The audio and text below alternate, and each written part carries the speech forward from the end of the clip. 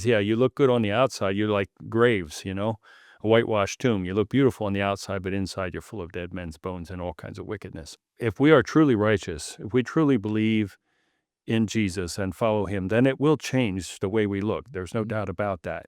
But we can deceive people by looking good on the outside and still have these things in our heart.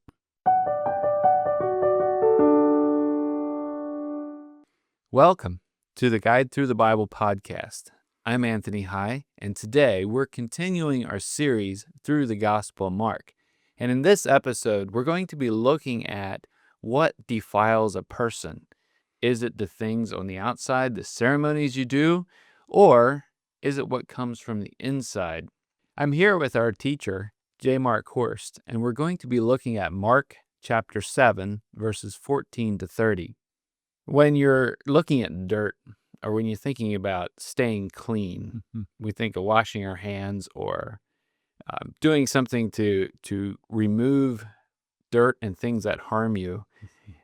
But when you do that, yes, you're removing maybe bacteria that might make you sick, but that doesn't get rid of everything that's dirty about us. Do you have some thoughts on that? Yeah, dirt on the inside versus dirt on the outside. And so when we wash our hands, or we teach our children to wash their hands, because we're concerned about bacteria, we want them to stay healthy. But in this scripture that we're going to look at, Jesus is talking about being dirty on the inside.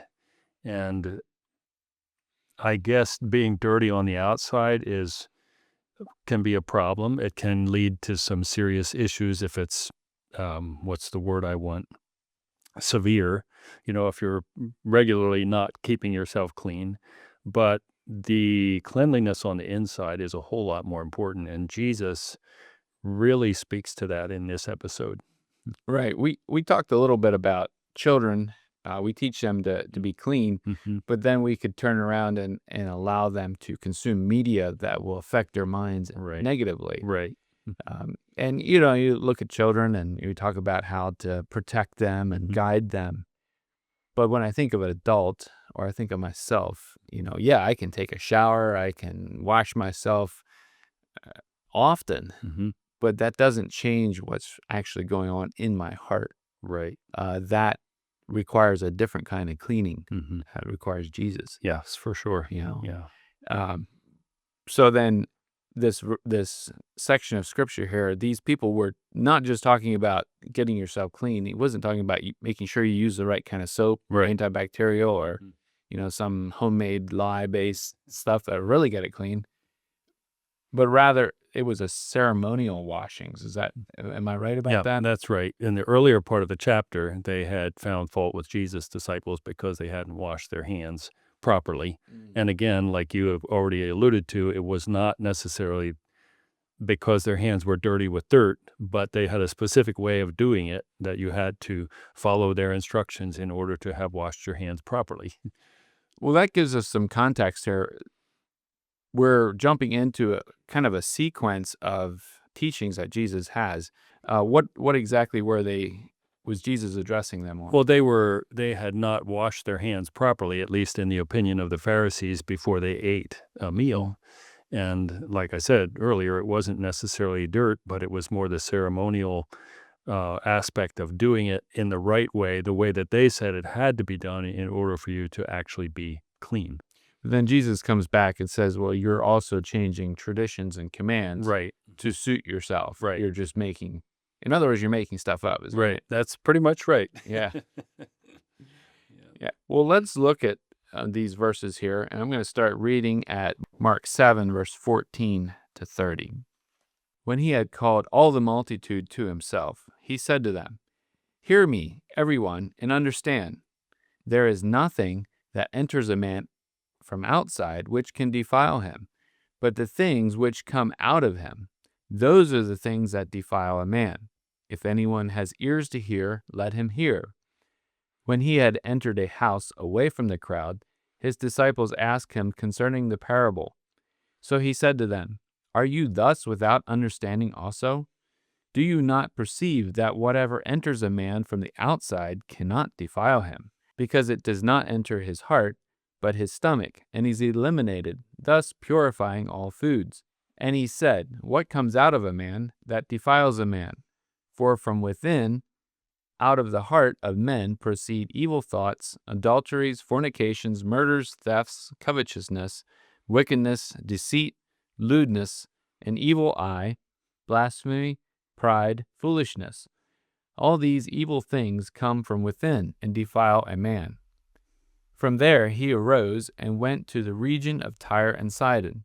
And he entered a house and wanted no one to know it, but he could not be hidden. For a woman whose young daughter had an unclean spirit heard about him, and she came and fell at his feet.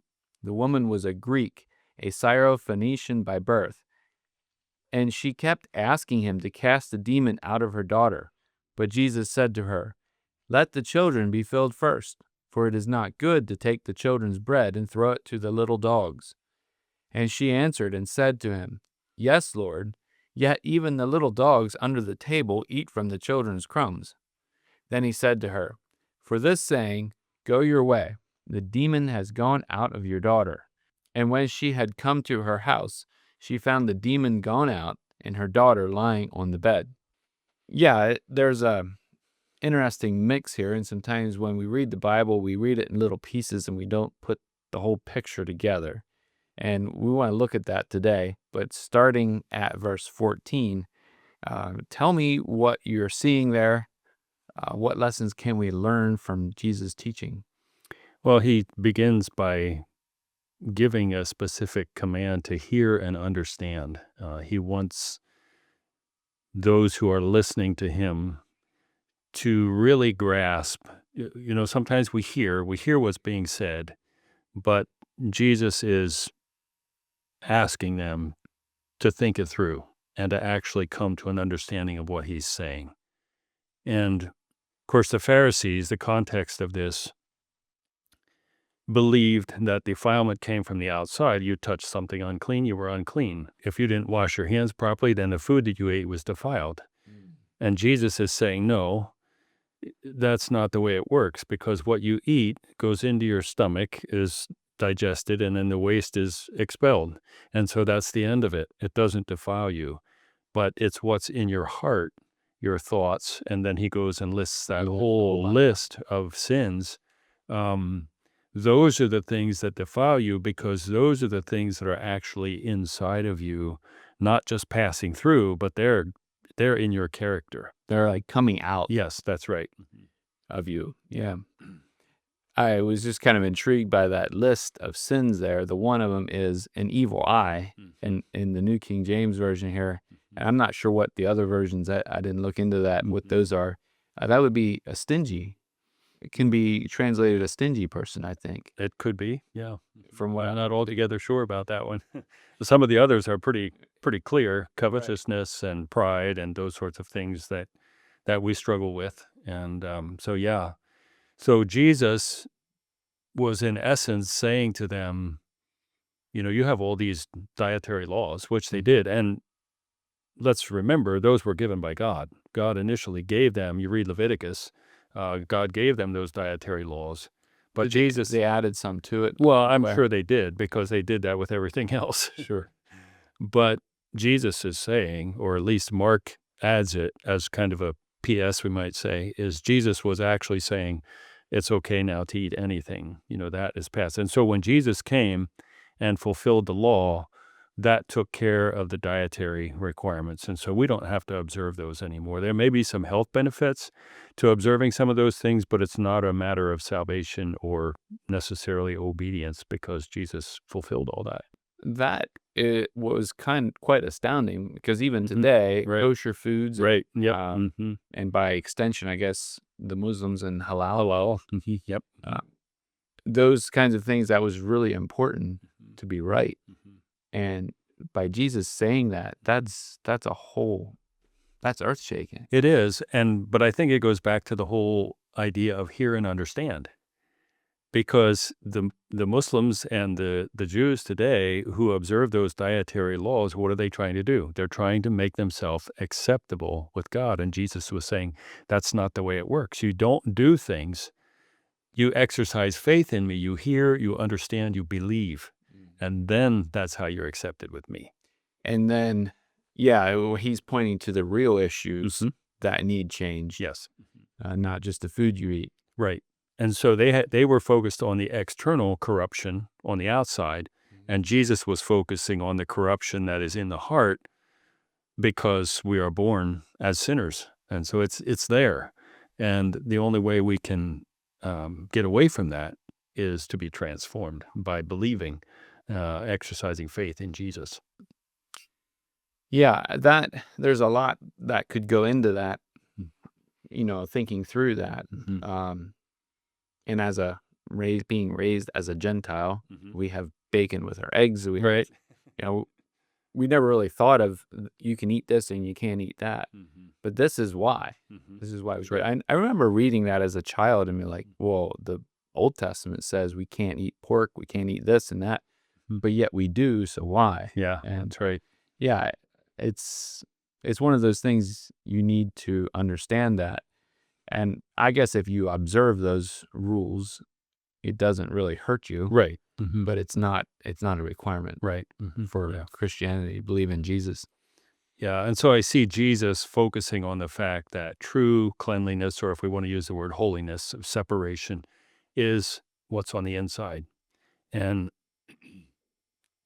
I think it's possible, well, we know it's possible to be, um, to look right on the Mhm. outside, to be polished, whatever term you want to use, and have that be a cover for all kinds of impurity. And Jesus talked to the Pharisees about that. Remember in Matthew 23, where he has that whole chapter where he's pronouncing woes on them. He says, "Yeah, you look good on the outside. You're like graves, a whitewashed tomb. You look beautiful on the outside, but inside you're full of dead men's bones and all kinds of wickedness."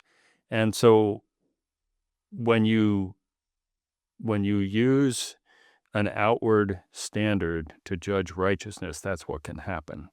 I mean, if we are truly righteous, if we truly believe in Jesus and follow him, then it will change the way we look. There's no doubt about that. But we can deceive people by looking good on the outside and still have these things in our heart. And then that's when people look at us and say, "You're hypocrites." That's right. You make it look good one way. Mhm. Yeah, it's a sad story. Mhm. Unfortunately, it's true too often. Mhm. Um, It is. but that can be changed through Christ, Right. thankfully. Yeah, and that's the only way. Yeah, Yeah. for sure. Now, to bridge this into the story of this, to me, always a fascinating section of scripture, Mhm. this woman who comes to Jesus.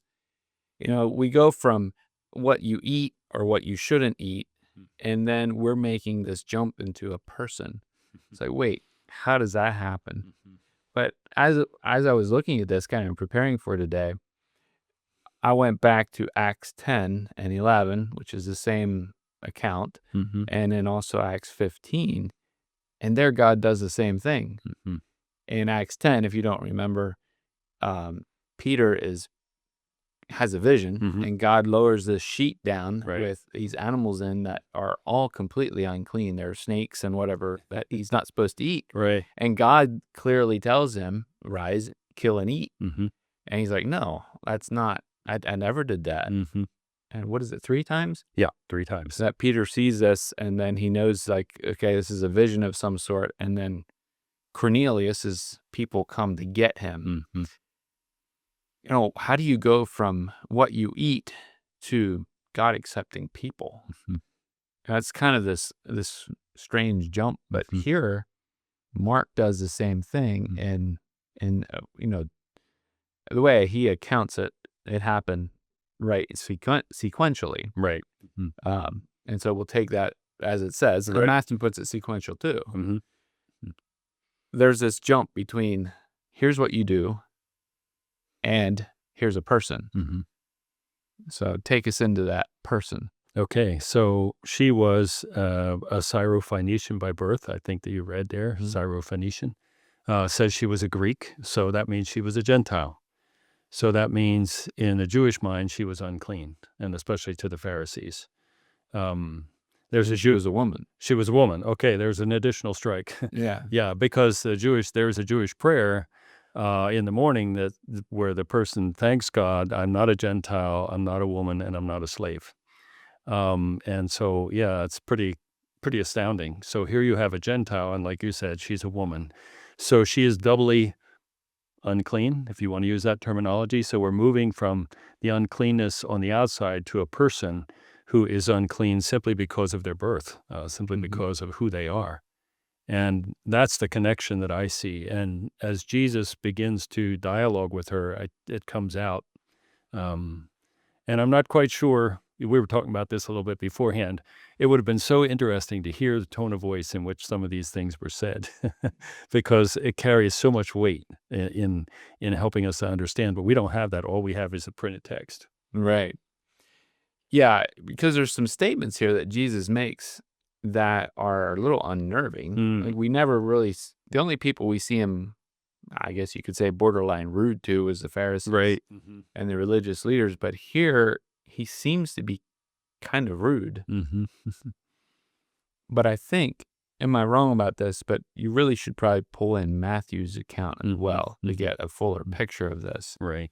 And I think also you need to take into consideration the prejudices of the disciples. So this is their environment that they're living. I mean, they embrace those things. They may not be fully on board with the Pharisees, but that's their culture. That's what they've been raised with. And so they're having similar thoughts about this woman. Why would Jesus even interact with her? You go back to the illustration, or the account is what I want to say, of the Samaritan woman.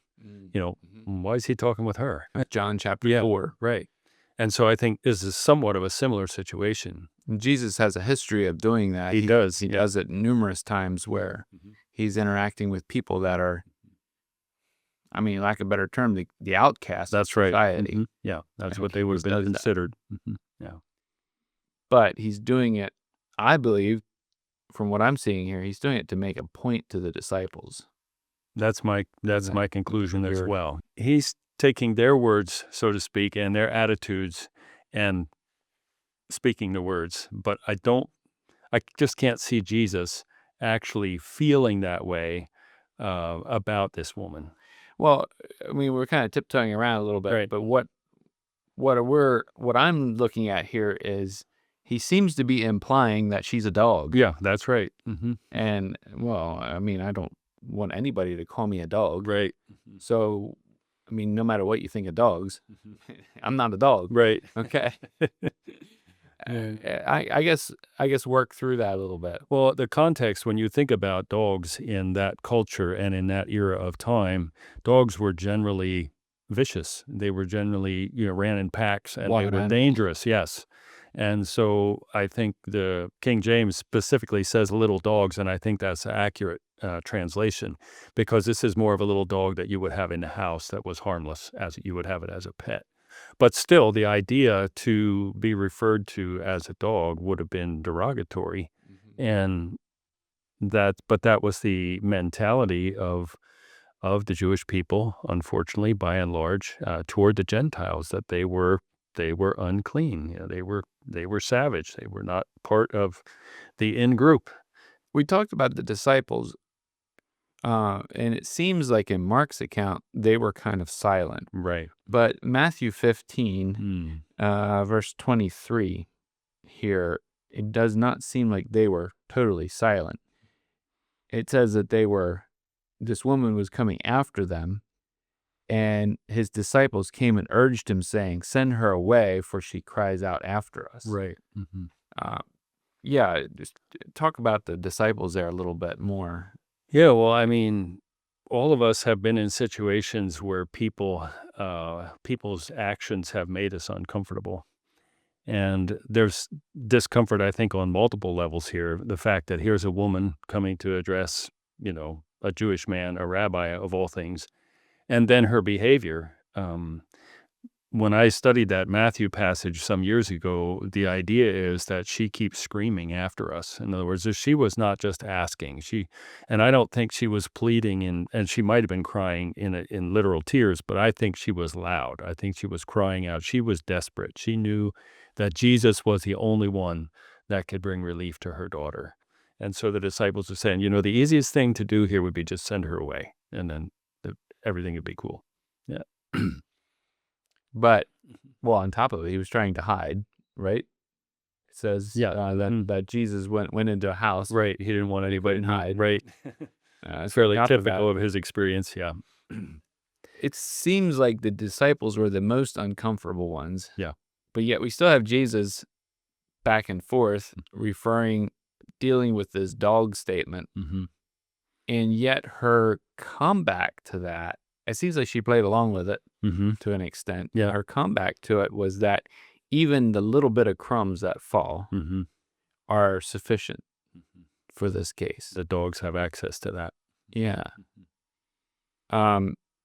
So yeah, she does place herself in kind of a humble place. Yeah, there's some uncomfortableness with this. Right. But Jesus, I guess, what does Jesus do with that?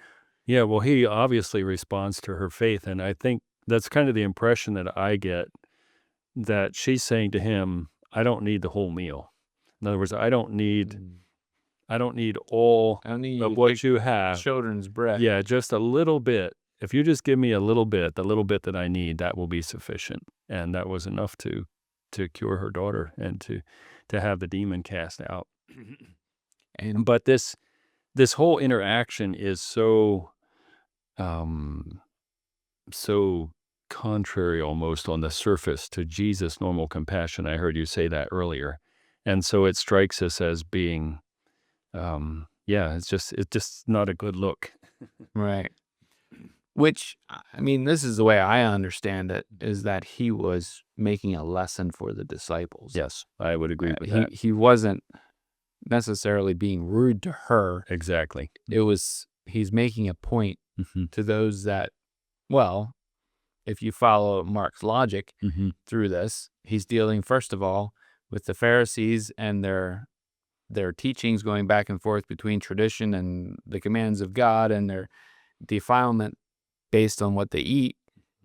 And here is an outsider. No, God's kingdom is actually big enough for all of them. Right.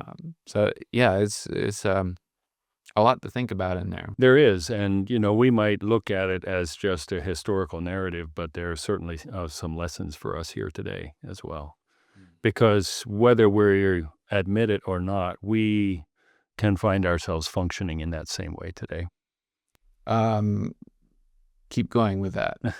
Well, there may be people that we think are outside of the reach of God's grace, maybe based on their appearance, or maybe based on what they've done, where they've been.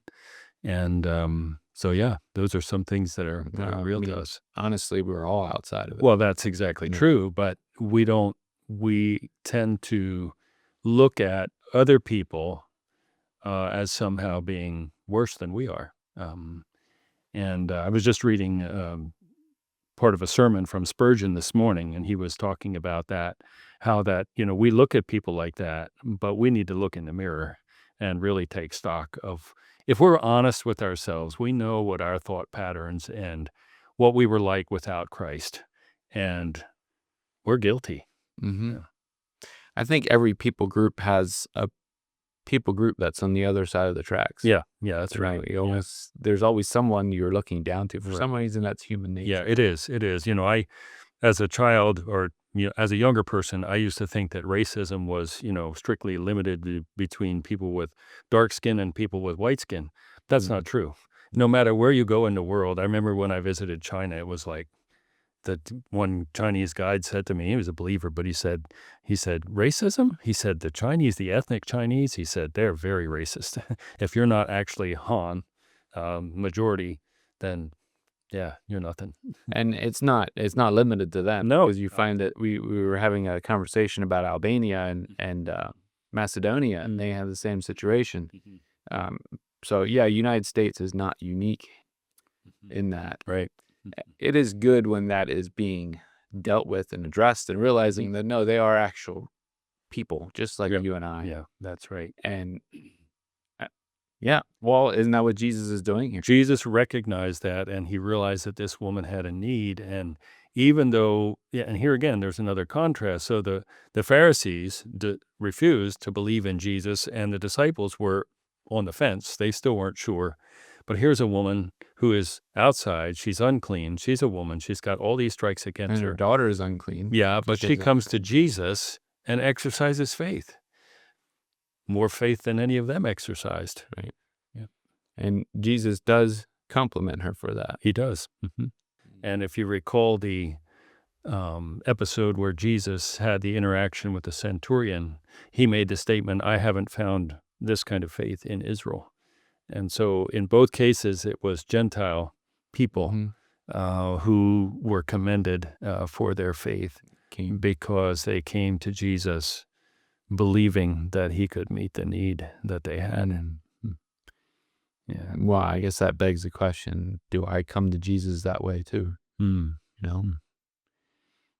Or do we come trying to wash the dirt away on the outside by our own doings? And so you have this contrast between the insiders, the Pharisees, Jesus' disciples, who should have been able to hear and understand.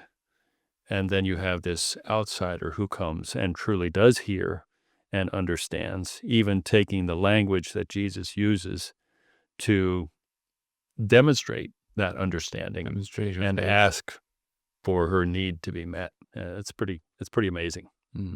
It's part of Jesus' ministry to help his followers understand that to help his followers understand that the gospel was for all people. And even after Pentecost, well, you referred to Acts 10 and Acts 15, the Jerusalem conference there, that's what that was all about. How do we include these people into the body of Christ who are not the same ethnicity that we are, they're not the same culture, they don't practice the same things we do.